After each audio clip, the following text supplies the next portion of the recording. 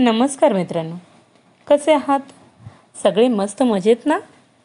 मराठी ही तुम्हा आम्हा सर्वांचीच मातृभाषा आहे. पण आज आपण मराठीवर तेवढेच प्रेम करतो का? कारण अनेक असे पालक आहेत की जे मराठी माध्यमातून शिकलेत, पण आपल्या मुलाला इंग्रजीत माध्यमात घालायला हौस मानतात. यामुळे अशी भीती निर्माण होते आहे की पुढील काही वर्षात मराठी भाषा ही फक्त नाममात्र तर राहणार नाही ना.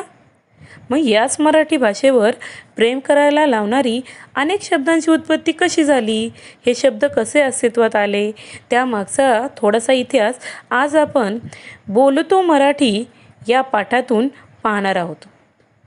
आपल्या जीवनात भाषेला खूप महत्त्व आहे. त्यातल्या त्यात मराठी ही आपली मातृभाषा असल्यामुळे ती आपल्या जीवनात आमूलाग्र बदल घडवून आणते. आपल्या बोलण्यात, आपल्या भावना व्यक्त करण्यात मराठी भाषा ही महत्त्वाची भूमिका बजावते. या मराठी भाषेत चुकीच्या ठिकाणी चुकीचे क्रियापद वापरले की कशी विनोदाची निर्मिती होते हे आपण पाहणार आहोत. तर मित्रांनो, छानसा, छोटासा पण जरा विचार करायला लावणारा पाठ आपण बघणार आहोत. चला तर मग सुरुवात करूया.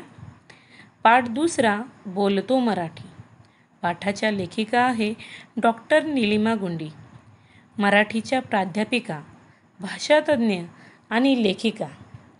त्यांची अक्षरांचा देव, निरागस हे बालसाहित्य, देठ जगण्याचा, रंगांचा थवा हे ललित लेख संग्रह, भाषा प्रकाश, भाषाभान, शब्दांची पहाट हे भाषाविषयक लेख संग्रह इत्यादी 35 पुस्तके प्रकाशित आहेत. 2011 साली बेळगाव इथे झालेल्या मंथन महिला साहित्य संमेलनाच्या त्या अध्यक्ष होत्या. महाराष्ट्र साहित्य परिषदेच्या पुणे शाखेकडून प्रसिद्ध होणाऱ्या संवेदना या 2011 आणि 2012 सालच्या दिवाळी अंकासाठी मुख्य संपादक म्हणून त्यांनी काम केले आहे. मराठी भाषेतील विविध शब्दप्रयोगांमुळे विनोदाची निर्मिती कशी होते याचे वर्णन प्रस्तुत पाठात आले आहे. उत्पत्ती कोशात शब्दांची उत्पत्ती शोधल्याने आपल्याला खूप नवीन माहिती कळते, आनंदही मिळतो. आपल्या जीवनात भाषेला महत्त्व दिल्यास मनातल्या भावभावनांचे सूक्ष्म अर्थसौंदर्य उलगडण्यास मदत होते, हे या पाठातून स्पष्ट होते. आता आपण हा पाठ पाहूया. तुम्ही रोज वर्तमानपत्र वाचत असतालच, न्यूजपेपर हो. त्यामध्ये तुम्ही अनेक विनोद वाचले असतील. तर तसाच एक विनोद लेखिकेने या पाठामध्ये सांगितला आहे. आता आपण तो विनोद पाहूया. तर या ठिकाणी बायको नवऱ्याला म्हणते, तुम्हाला मी उत्तप्पा बनवू का?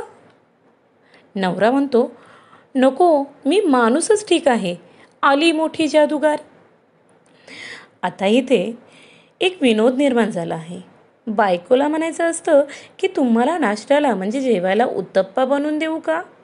तर या ठिकाणी नवऱ्याला अर्थ कळलेला असतो, पण त्याच्यामध्ये विनोद निर्माण झालेला असतो. आणि मग तो म्हणतो, मी माणूसच बरा आहे, नाहीतर तू मला माणसाचा उत्तप्पा बनवशील. आली मोठी जादूगार. असाच आता इथे विनोद निर्माण झाला आहे, कारण बनवणे हे क्रियापद तिथे शोभणारे नाही. ते हल्ली हिंदी भाषेतून आपल्या स्वयंपाकघरात नको इतकं घुसलं आहे. मराठीत पोळ्या लाटणे, भाजी फोडणीस टाकणे, कढी बनवणे, त्यानंतर भात रांधणे, कुकर लावणे, अशा अनेक क्रियांसाठी वेगवेगळे शब्दप्रयोग आहेत. पण हल्ली सगळे पदार्थ फक्त बनवले जातात. मराठीत बनवणे म्हणजे फसवणे असा अर्थ खरं तर रूढ आहे. त्यामुळे माणसाचं माकड आणि पुन्हा माकडाचा माणूस बनवणारा जादूगार विनोद करणाऱ्या नवऱ्याला आठवला तर आश्चर्य नाही.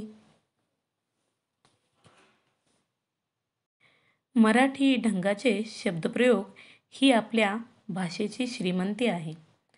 मराठीत मारणे हे एक क्रियापद घेतले तर ते कितीतरी वेगवेगळ्या प्रकारे वापरले जाते. हे लक्षात येण्याजोगे आहे. जसे गप्पा मारणे, उड्या मारणे, थापा मारणे, टिचकी मारणे, शिट्टी मारणे, एखाद्याचे पाकीट मारणे आणि खूप भूक लागली, जेवण मस्त असेल तर जेवणावर ताव मारणे. पोहताना हातपाय मारणे, काय काम नसेल, रिकामटेकडे बसलेले असेल तर माशा मारणे इत्यादी. मारणे म्हणजे मार देणे हा अर्थ यात कोठेही आलेला नाही. हीच तर या भाषेची गंमत असते.